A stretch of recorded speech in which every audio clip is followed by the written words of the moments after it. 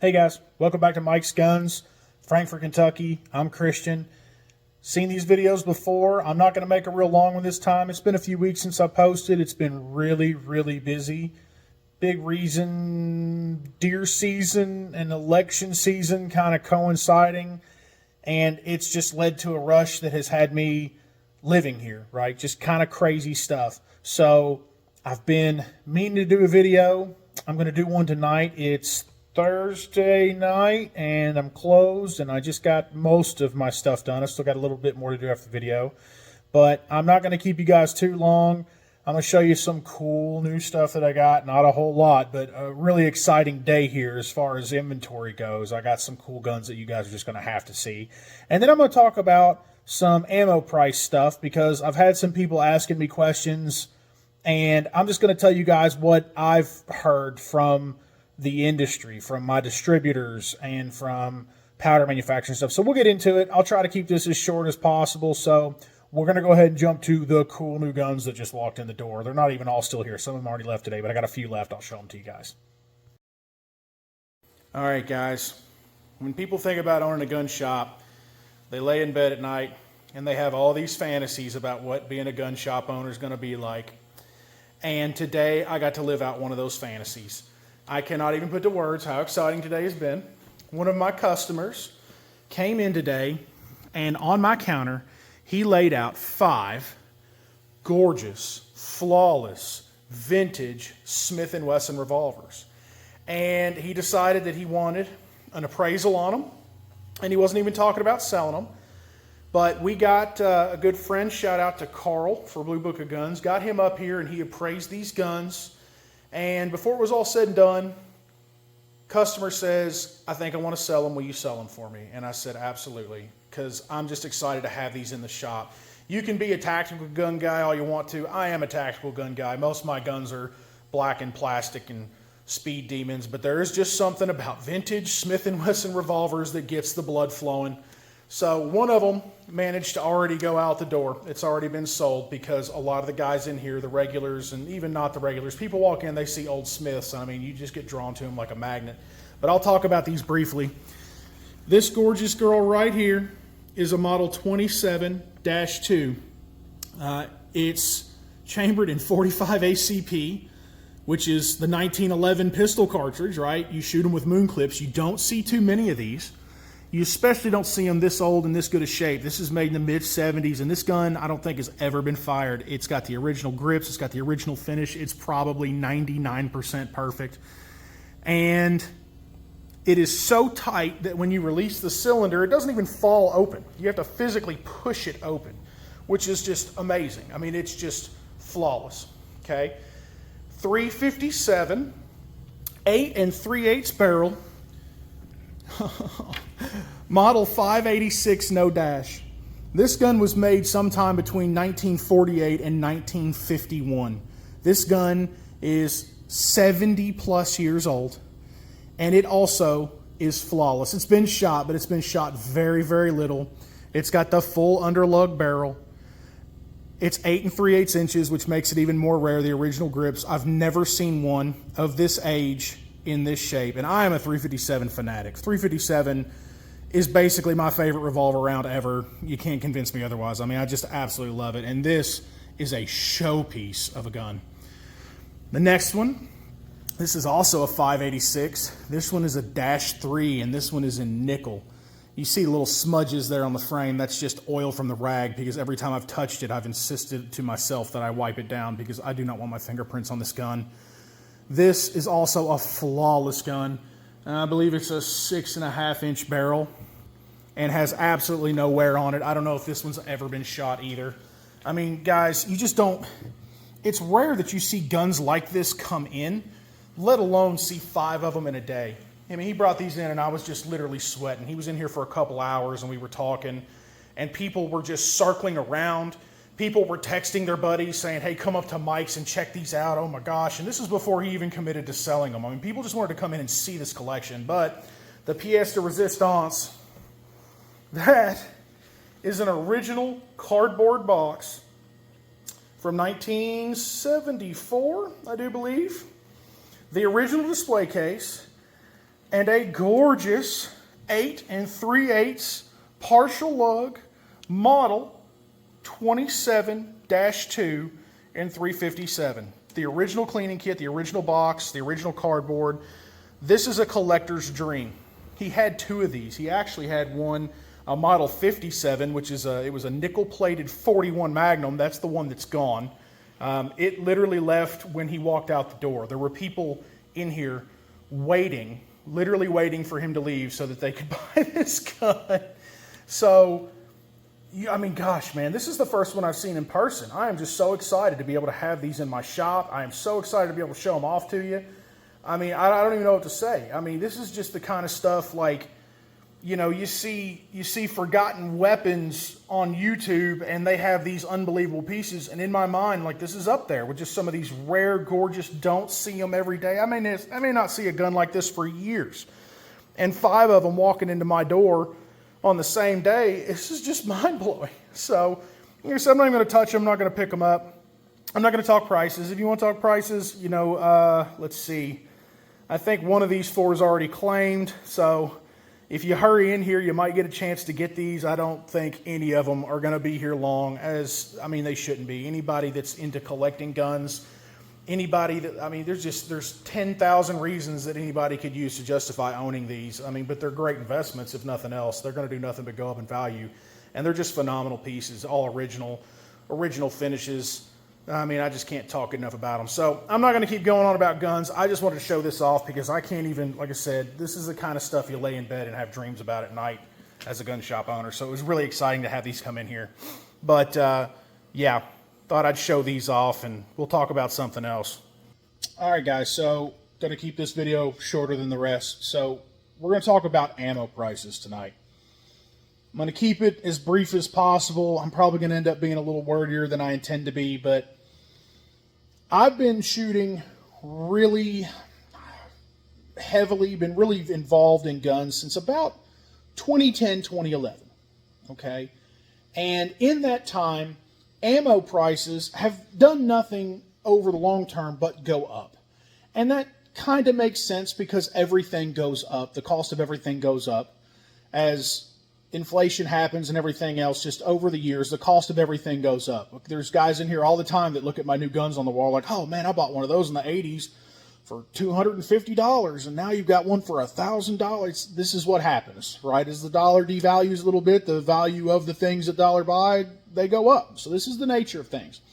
But ammo doesn't necessarily track with inflation. Ammo seems to track more with demand. And demand changes rapidly and often with ammunition. So I actually went through the trouble with a square of drawing up a little chart, okay? This is sort of, in my view, since, 2010-ish, kind of how ammo goes. And what this represents is the cost of ammo cost over time, right? So let's put some random time on this. Let's call it 2010, right? Ammo prices are relatively stable, and then suddenly something happens. Some sort of, whether it be a crisis or whether it be people fearing over something, right? There's all kinds of things that make people go out and want to bulk buy and hoard ammunition. It's just something that is the nature of guns at this time. And I hate that it is that way, but it is kind of how it goes. People have a tendency to buy a ton of ammo when they're worried about something. So there's been a lot of things. So what will happen is something will happen and then the price of ammo will spike. And then it'll kind of hang out for a little while and then it'll start to taper off in cost. And then it'll come down to a low. And when it comes down to that low, it's never as low as it was before, right? Because this happens over the course of maybe a year or 2 years or 9 months. And inflation and demand and everything else never comes back down as low as it used to be, right? And once it gets down to a low, something tends to happen and then it will spike again. And right, so this kind of happens, right? So I've got like 3 of these, but you'll notice every time it comes back down before it spikes again, and it almost always spikes again, it never comes down quite as low as it did before. So You used to be able to get a box of 9mm 50 rounds for like $8, and we'll use 9mm as our baseline because everybody buys 9mm. It's one of the most bought rounds, the handgun ammo. And let's call this one 2012. In 2012, there was a tragedy at Sandy Hook School, and when it happened, everybody in the political sphere started talking about banning guns or taking whatever, banning ammo. And we're not going to get into the politics of it, but what happened is it created a mass amount of fear. And ammunition immediately spiked in cost, right? And gun sales also spiked, and thus cost of guns spiked. And for quite a while, this little flat line here, you couldn't get anything. And when you did get anything, the price of it was absolutely outrageous. Well, then tensions cooled. The rhetoric around taking guns and all this stuff started to kind of die down. And then this is not probably the most accurate representation, but it started to taper off. And the cost of ammo started coming back down. And it was becoming more readily available. But it never quite came back down to where it did before that, right? And this has happened multiple times. And then let's call this one COVID, right? The most recent one, ammunition was relatively cheap. It was relatively available, right, during 2017, 2018, 2019. And then boom, COVID hit and everything went nuts. All the supply lines broke down. People were terrified because there was a lot of unrest, right, in the country. And there was a lot of unsurety. And people immediately said, there were people who had never owned a gun in their lives decided, I think I need a gun, right? And they would go out and they'd buy, and it just exploded prices. And on top of it, the supply lines broke down. Nothing was shipping, nothing was moving. A lot of ammunition is imported from Europe, and that wasn't getting over here. So the demand went through the roof and the supply went down. So what's that do? It drives up cost.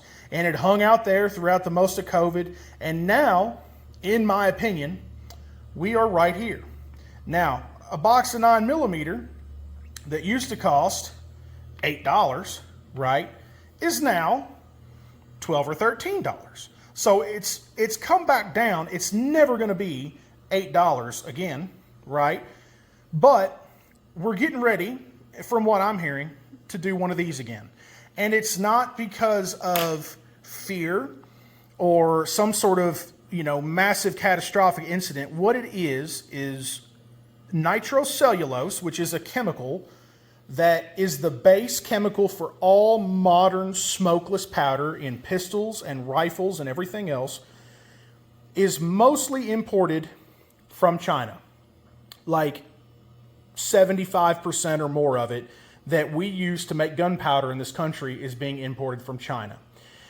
And without going into the political aspect of it, the import of that chemical has been, in the last few months, banned. So we can get nitrocellulose from other suppliers, but we're not allowed to import nitrocellulose from China, who is by far our biggest supplier. So what that does is that leads to powder shortages. Well, if you can't get powder, you can't get ammo. Now, the cost of powder, like if you reload, I used to get powder for $24 a pound. Smokeless powder right now is anywhere between $40 and $60 a pound. Most of it's over $50 a pound. It's been expensive for quite some time.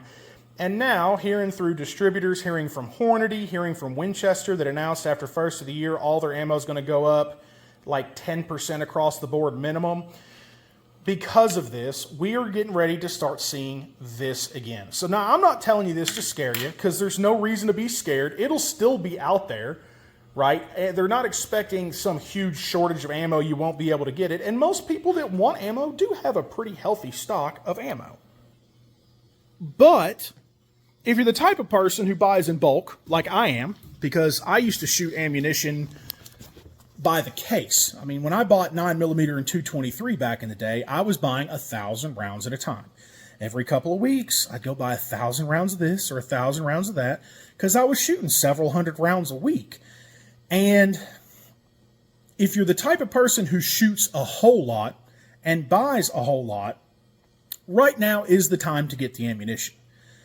And I'm not saying that to sell you ammunition. I don't have enough ammunition in this place for some massive rush. Like, if it all just disappeared tomorrow and everybody came in here and bought it out and I couldn't get it, like, I'm not retiring on the ammunition that I have in here. I've been trying to get cases of it because I always bought by the case, and I want people to be able to buy it from me by the case. And there's a discount if you buy it by the case, right? Because I don't have to unpack it and label it and all that stuff. I just get it in, I put a sticker on it, I put a price on it, and if you buy the whole case, it saves me some effort, saves you quite a bit of money.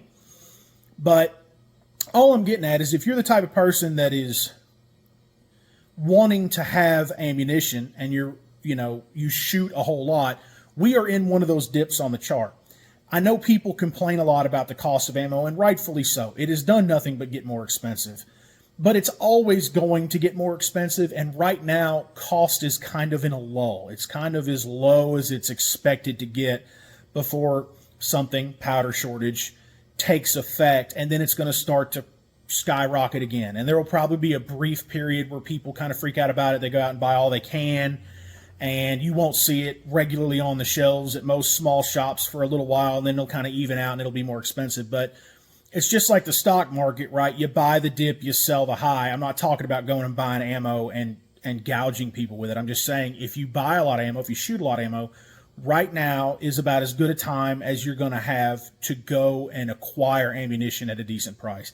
I know it hurts to pay $13, $14 a box for 9mm when you're used to paying $8 or $10 a box for 9mm. I know it does, but you're not going to see it any cheaper than it is right now, right?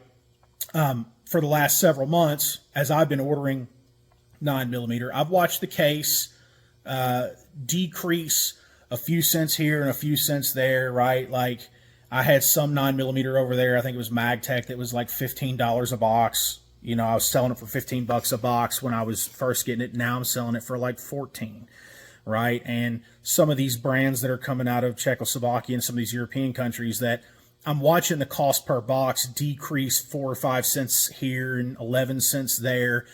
And that trend is about to end, but it has been dipping. It's been dipping for the last several months. And we are now reaching a point where these powder shortages, because this nitrocellulose supply is going to kick in, and it's just going to be really hard. Well, not really hard. I don't expect it to be really hard to get, but the prices are going to start to go up. So if you're the type that likes to buy by the case, now's the time to do it. And like I said, I'm not trying to create a panic, because if there's a panic, I'm in trouble, because I can't just go out and get 50 cases of anything at a time. Small business, I don't have that kind of funds to play that game. But this is for all you guys who like to shoot a lot and who buy and use a lot of ammunition. Like, now is as good a time as you're probably going to get for the foreseeable future to get it. And it will spike again. And then next time it comes back down, we're in a dip, it's probably not going to be back to $13 a box or $12 a box for 9mm. It's probably going to be $13.50 to $14.50, right? So I've been buying a lot of ammo. I've been shooting a lot of ammo recently, more than probably I have in the last few years, because I'm making a priority to go out and shoot. I own a gun shop now, and I'm wanting to be involved with it. But I do have some cases of ammo here, not a ton of them. But if you're shooting, I'm just beating this horse to death. I'm sorry, I'll stop. But now is as good a time as any to get ammo. So I just wanted to bring that up to you. The nitrocellulose shortage, according to talking to my suppliers and talking to ammunition companies, which is a little bit third party, is that they're expecting the prices to start really coming up in like January and to be up for at least the whole of the first quarter of next year. What happens after that, I don't know. It's hard to say. They may uplift the ban and the prices may come back down, but right now we're definitely in a dip on ammo prices, so it's a good time to get it. But anyway, sorry that was so long-winded. All right, so I'm sorry that spiel ended up being longer and wordier and redundant than I intended it to be. I'm trying to keep this video shorter than most of them, because you guys probably don't want to sit and listen to me talk for 45, 50, 55 minutes. I've noticed every video I've put out is getting longer, so I was trying to keep this one a little bit shorter and to the point. I'll do more videos. We'll show more cool guns. I've got some really cool ones in the back. We'll show them off next time if they're still here. But as always, remember the 3 safety rules, right? Keep your finger off the trigger till you're ready to shoot, okay?